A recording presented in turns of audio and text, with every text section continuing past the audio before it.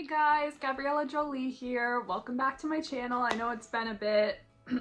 I'm sorry if today's video doesn't have the best lighting because it is nighttime and I'm filming in my room where I just don't have a lot of light. I do live in like the finished area of our basement and it can get pretty dark down here, which is great when I'm trying to sleep, but it's not always the best. To wake up in the morning because there's no window or anything like that to let the natural light in. But anyway, today I am going to be talking about my 5 favorite reads so far of this year, 2025, and also just some little life updates, recent events, happenings, all of that stuff, kind of just giving some updates, yeah. And I was excited that I do, although it's a little dark, I do get to film in front of my bookshelf so you guys get a little glimpse of some of the books that I own today, and this little cute like knit bunny thing. I think I got this at like a thrift sale or something a while back, but yeah, I love like putting little trinkets and stuff on my bookshelf too. So yeah, get a little sneak peek of this.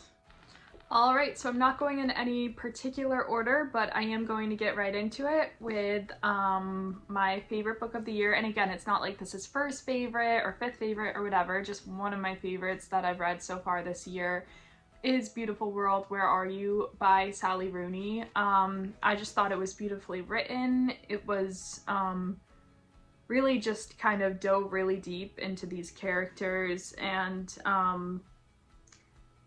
yeah, just the way that they she writes about like very real, very raw human relationships, and kind of one of the characters had kind of this epiphany where she ends up converting to Christianity, and I thought it was really interesting to see the thought process where she came to that, and it kind of gives that sense of like hope that I think a novel should give at the end, where it's like, oh yes, like life sucks sometimes, but there's still a lot of hope to be had. So that's why I love this book. Next, the favorite that I read was All the Light We Cannot See. And this was one that I actually started last year, that I just ended up finishing this year. It's a Pulitzer Prize winner. And yeah, like I said, I started it last year. I put it down for a long time because I was like, wow, I just can't get into it in the beginning. But as I kept on going through it, I really, the second half, I sped through. I could not stop reading. That just goes to show you can't always judge a book by the first few chapters. At first, I didn't really love the way the author Anthony Doerr wrote. I just thought, I was like, maybe this isn't for me, but as I kept making my way through the book, I realized the storyline was just so good. The way he intersected like Werner's path with the girl in it, whose name is escaping me right now. Again, I finished this a while ago, but what's her name? Her name was Marie Laure, and I hope I'm pronouncing that right. It's like Marie-Laure, but it's a special book, especially because she's blind, so that's part of the reason it's called All the Light We Cannot See, is partially in the literal sense. It's set during World War II, which also like heightens the stakes and all of that, but it's a really special, really beautiful book. If you follow it all the way through, there's really tense, really horrifying moments in it, but it's like, it was very much worth the read, and I can understand why it's a winner of the Pulitzer Prize, for sure. Okay, third book is Sunrise on the Reaping by Suzanne Collins. We all know, probably, I'm assuming, Haymitch's story in the Hunger Games, and I mean, I had to include this as a favorite because I just love Haymitch as a character, and I do feel like this book really helped explain why he is the way he is. It really did help like shape in my mind why he became kind of this person who didn't or acted like he didn't care about the people around him, felt like he had to build up this wall, this emotional kind of barrier when it came to Katniss and Peeta and Effie and all of them at first. And it was because he'd gotten hurt so horrifically much in the past, as you can see in this book. It was just, he went through a lot. Like, he lost the people closest to him. Like, it's a tough read. It is a tough read, but I would recommend it if you want to learn more about Haymitch's history as a character. If you want to go into the rest of the books and movies more informed, this is a very good prequel, I thought. Maybe, I don't know, it's hard to compare, but maybe I don't like it quite as much as Ballad of Songbirds and Snakes, but it is a close second. It was very good. So this year, just because I got a new job, and in that job I'm a lot busier during the day, which is great because it makes the days go by a lot quicker, but I've had a lot less time to read and even to listen to audiobooks because my commute is so much shorter now. But I still have had time for a few audiobooks that I've listened to mostly during work. And one of those books was A Great Big Beautiful Life, or just Great Big Beautiful Life by Emily Henry. This was a really good book. I thought maybe not one of my favorites of hers, but it's definitely, it was a new style of writing for her, and it was reminiscent almost of Evelyn Hugo's book when she goes into The Seven Husbands of Evelyn Hugo, that book, because it's almost like a story within a story where it becomes like an interview type of dynamic where there's this modern love story going on between the two main characters, but these two main characters are also writers who have to interview this older woman. Anyway, yeah, these two writers are kind of interviewing this woman for her backstory, and she was this very classy, debonair, kind of elite figure that came from a wealthy family back in the day, and then she went into hiding all these years, so they were kind of trying to figure out the backstory behind that and what caused her to want to do this. Finally, last but not least, the fifth book that was my favorite of this year also happened to be an audiobook, and it was called The Wedding People, and I think it was by Alison Epach, I want to say. I don't know how you pronounce her last name, but it's like Epach, and she was actually a professor at Providence College at one point, fun fact.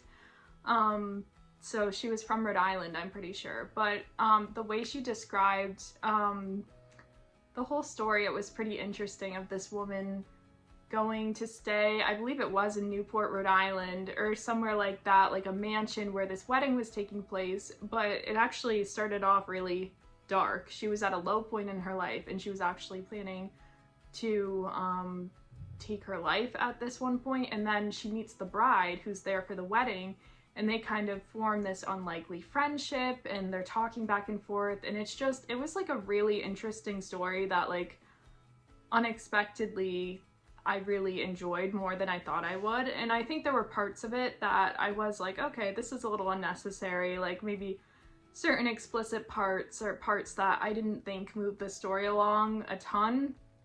But because I read less books this year significantly than I did with my over 30 last year, I still would categorize it as being in my top 5, I think, so far for the year. So now I do want to give a little update into what I've been up to recently, what's been going on, what I'm looking forward to, all that stuff. So I just finished a show of The Little Mermaid. I got to play an ensemble dancer in that show. I got to be water at one point. Very exciting stuff. It actually was, though. I got to like move this flowy prop and everything, and it was a lot of fun. I got to meet a bunch of amazing, creative, talented, artistic people, and we got to raise a lot of money for arts programs for kids and for art scholarships, because it was actually a fundraiser show for these girls who had performed in the past and then who had passed away when they were young, and now it's in their name, these scholarships are given. So it was a really special experience. Really glad I got to do that. I think I did mention when that was first coming up in this video.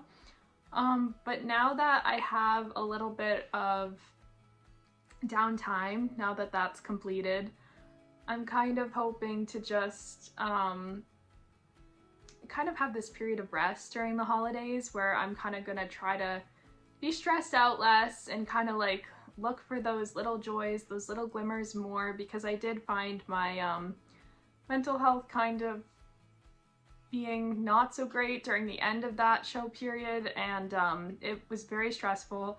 Weekend 1, the whole cast got COVID, so then we ended up doing 7 shows in 5 days the next weekend. It felt a little like we were on Broadway or something, you know, and this is like a community theater production. So just something we didn't totally plan on committing to and yet ended up doing, and we were all very committed through to the end. But now I'm gonna take a little break before I move on to my next production. As much as I love the arts and do enjoy it, I just am feeling that I need that little rest period. But what I have lined up next with some friends is to see Wicked for Good in theaters, which I'm excited to do a vlog of. I just got some merch from Dunkin' today. It's these cup sleeves for the winter. I don't know if you can see that.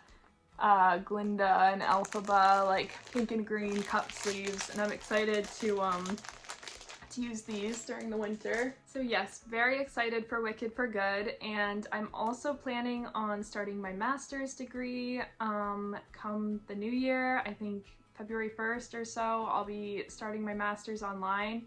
That'll be in communications with a focus in new media and marketing, because I really do want to continue to have a creative job. I really like what I'm doing now, even though I am at an engineering company.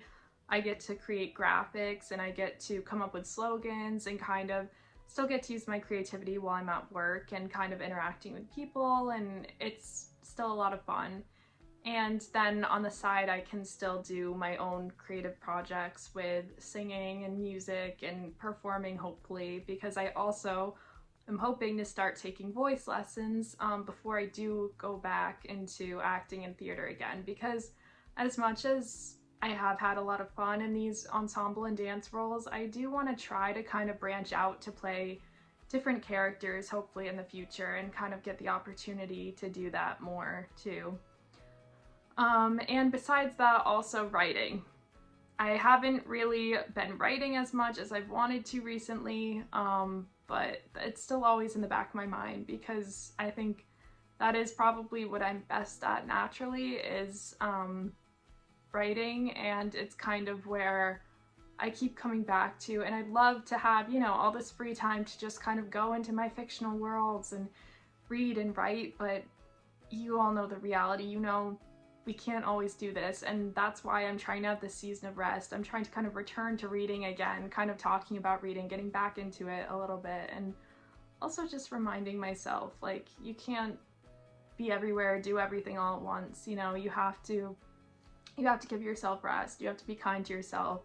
That's something I've always struggled with in the past, still struggle with now at times, and I'm really just trying my best this season.